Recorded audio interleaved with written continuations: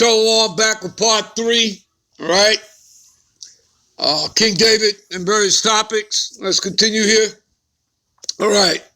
And again, we're talking about Israelites not accepting King David as their king, all right? Okay, so I'm just keeping the title short, King David and various topics. All right. And many shall follow their promiscuous ways. Okay? I want to look at this word. That's why I came to the blue letter. Promiscuous.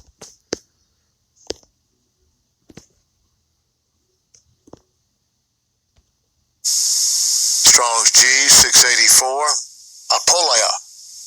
Apoleia. All right, so you see what it's telling you here? Destroying, utter destruction. See? No different than reading about Esau, the wicked, the son of perdition. Okay? And he was created to be what he is. All right? The deceiver, the slanderer, the false accuser. Well, you have Israelite, all right? Israelite leaders of certain camps. No different than what we've been reading, as in over 2,000 years ago with the Pharisees and the scribes. You understand that? All right, so it's telling you that here. All right? See, of money, they're about money. The destruction which consists of eternal misery and hell. And that's where they're leading people. Okay? You see, there's a word perdition right here. See? Damnable, destruction, perdition, which means destruction, promiscuous ways. And that's what they're doing. Leading people to the slaughter. Israelites. See that? But again, people, this is the way, as it was 2,000 years ago, it is now. The Lord is about a balance. You cannot have good without having evil. Okay? So they're just playing their part in the Lord's movie, all right, in wickedness. Okay? You understand? And now, are there righteous men among those camps of IUIC and ISUPK and the Sakari? I have no doubt that there is, all right, that there are righteous and sincere men that want to do the work of the Lord, and they rightfully divide the word of truth. Okay, but you know what? That's not my problem or my worry. Okay? We all have to play our part here. All right? So the Lord has set up men that are going to speak, his doctrine, all right, the way it's supposed to be spoken. And then the Lord has set up men that, are there to, mislead the flock. All right? So it's really up to you as an individual to do what? Discern. Discernment. You understand that, people? You have to discern. All right? And the best way to do that is to be rooted in these scriptures. All right? All right. All right. Let's jump to a precept here. Let's go to 1 Peter 4:17. All right.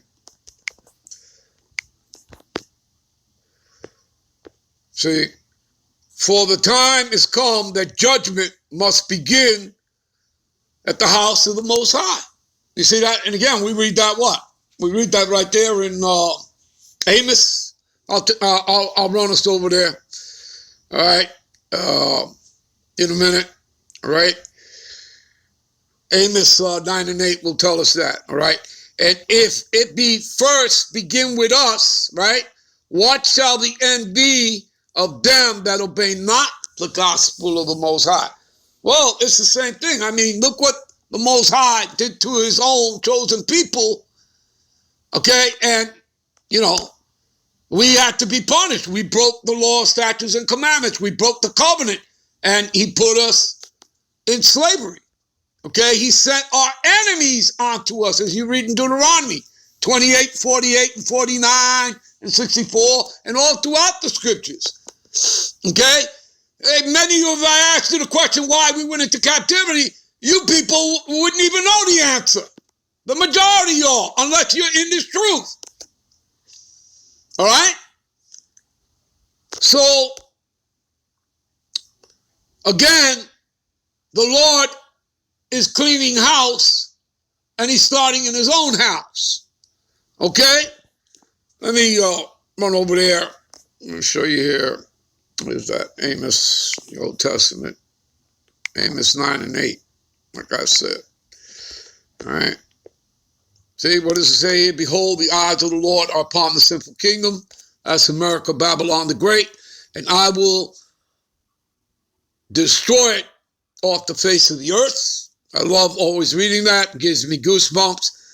Saving that I will not utterly destroy the house of Jacob, saith the Lord. Right? Now let's continue. For lo, I will command and I will sift. You see? Sift. All right? The house of Israel among all nations. And like a cord sifteth in a seed, ye shall not the least grain fall upon the earth. All the sinners of my people shall die by the sword. Again, this is talking about 2/3 because that's prophesied, right? Zechariah 13 and 8 talks about the 2/3 shall be cut off on this side and die. Okay? Which say, the evil shall not overtake or prevent us. All right? But again, what does he goes on to say? And in that day I will raise up the tabernacle of David that is fallen. See that? Not the tabernacle of Saul. You see, two different houses. All right? You got to have the house of Saul and you have the house of David. And the house of David is what the Lord is dealing with, starting with our elders on down. All right? You understand that, people? All right? Just like it says when you read Romans 11:7. All right? Okay? I'll take us over there in a minute. Let me finish reading this, finish this up. And in that day I will raise up the tabernacle of David that is fallen, close up the breaches thereof, and I will raise up his ruins and build it as the days of old. You see that? Okay? And we're talking about what? The house of David. All right? What did I say? Romans 11:7, right? Romans 11:7. All right? See, explaining to you that you have a house of Saul, a house of David. You understand that? See, what then? Israel have not obtained that which is seeketh for, right? And Israel as a whole are the Lord's elect, his chosen people. But there's an elect within the elect, all right? But the election have obtained it. See, obtain what? Salvation, okay? They have obtained this truth, wisdom, knowledge, and understanding of the scriptures, and they have obtained salvation. Now, why them? Because those particular people were chosen before the foundation of the world, before the world began. All right? You understand that, people? All right? And what about the rest? And the rest were blinded. See that? The 2/3. There you go. House of Saul would be your 2/3, and the house of David is your elect, that 1/3. You understand that, people? That's not difficult, all right? And again, everything with the Lord is about a balance. What is that? Proverbs 11:1. He tells you right there, and then it gives you many examples throughout the scriptures about balance. Okay, the Lord killeth, he maketh alive. All that is balance. There's a time and a season for everything. There's a time to love, a time to hate, a time for peace, a time for war. That's all balance. Examples that he gives you.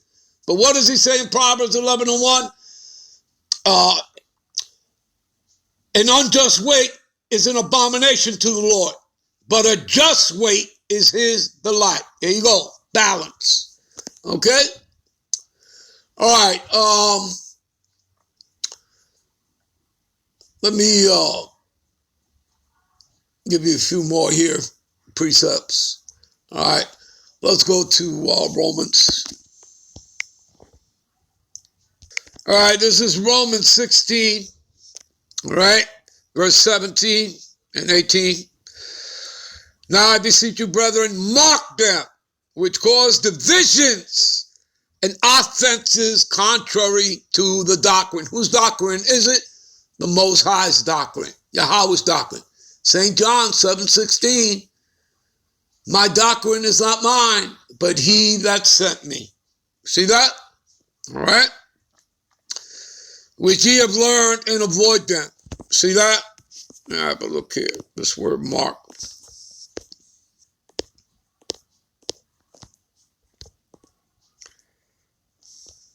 Strong's G 4648. Scapeo. Scapeo. See what it means? To observe. Observe these people. Mark them. Fix your eyes on them. All right? See? Take heed. Okay? Because again, these people are what? They're changing the doctrine. Okay? And as you're going to find out in a minute, they're not about serving our Lord, but filling their own bellies. All right? And what does it say here? For they that are such serve not our Lord Yahushua the Mashiach, but their own belly. You see that? And by good words and fair speeches, they deceive the heart of the simple, meaning the simple-minded. All right? What about Luke? This is Luke 11:52.